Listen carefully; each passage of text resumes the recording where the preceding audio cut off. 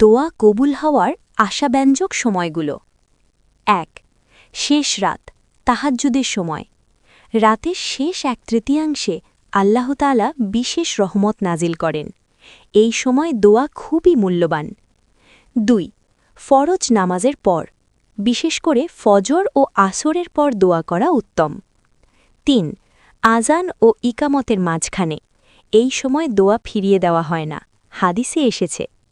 ৪. সিজদার মধ্যে, বান্দা আল্লাহর সবচেয়ে কাছাকাছি থাকে সিজদায়, নিজের ভাষায়ও দোয়া করা যায়। ৫.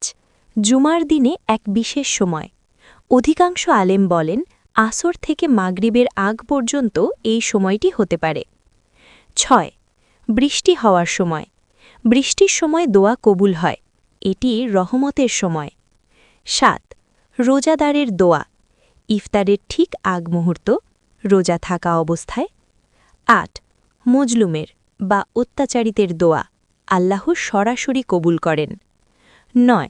মুসাফিরের দোয়া, সফরে থাকা অবস্থায় দোয়া কবুলের আশা বেশি। ১০. মা বাবার সন্তানের জন্য দোয়া, খুবই শক্তিশালী দোয়া।